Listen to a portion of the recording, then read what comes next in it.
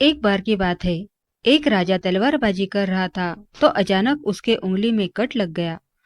पास खड़े मंत्री अचानक बोल उठे, राजा साहब चिंता न करें, जो होता है अच्छे के लिए ही होता है। यह सुनते ही राजा को गुस्सा आ गया।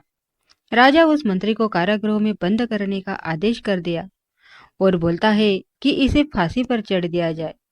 यह सुनकर मंत्री घबरा गया। उसने राजा से निवेदन किया, महाराज, मैंने आपके यहाँ इतने वर्षों तक काम किया है, क्या आप मेरी अंतिम इच्छा पूरी नहीं करोगे? राजा बोला, ठीक है, बताओ क्या है तुम्हारी अंतिम इच्छा? मंत्री बोला, कृपया मुझे 10 दिन का समय दीजिए, उसके बाद आप मुझे जो चाहे वो सजा दे दीजिए। राजा ने उसकी अंतिम इच्छा मान ली। राजा दूसरे दिन अपने सैनिकों के साथ जंगल में शिकार पर निकल गया। जंगल के बीच में राजा अपने सैनिकों से बिछड़ गया और रास्ता भटक गया। रास्ता ढूंढते ढूंढते राजा वनवासियों के बीच पहुंच गया, जो बलि देने के लिए किसी को ढूंढ रहे थे। वनवासियों ने राजा को पकड़ लिया और वन की देवी को बलि देने के लिए ले जाने लगे। बलि देने की सारी पूरी तैयारी हो गई। जैसे ही राजा को बलि देने के स्थान पर ले जाया गया, वहां खड़े बुजुर्ग की नजर राजा की खंडित उंगली पर पड़ी। उसने आवाज लगाई कि ये तो खंडित है, इसकी बलि नहीं दी जा सकती। जिसके बाद वनवासियों ने राजा को छोड़ दिया। राजा जैसे तैसे वहां से निकला और अपने राज्य पहुंचा। सबसे पहले कारागृह में अपने मंत्री से मिलने पहुंचा।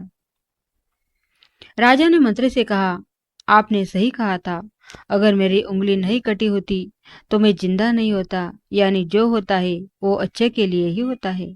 राजा ने फिर पूछा, मेरा तो फायदा हुआ, लेकिन आपका कैसे फायदा हुआ?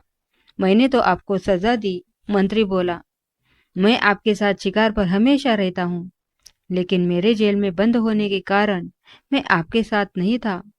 नहीं तो आपकी जगह मेरी बलि चढ़ी दी जाती। इसलिए मेरे साथ जो भी हुआ वो भी अच्छा हुआ। राजा प्रसन्न हुआ, लेकिन छोटी सी बात पर मंत्री को सजा देने का भी दुख हुआ। इसलिए राजा ने मंत्री को कारागृह से निकालकर फिर से अपने साथ रख लिया। दोस्तों, इससे यह शिक्षा मिलती है कि जीवन में उतार चढ़ाव आते रहते हैं। कभी कभी कुछ चीजें मन मुताबिक नहीं होती, इसके कारण कभी निराश मत होना।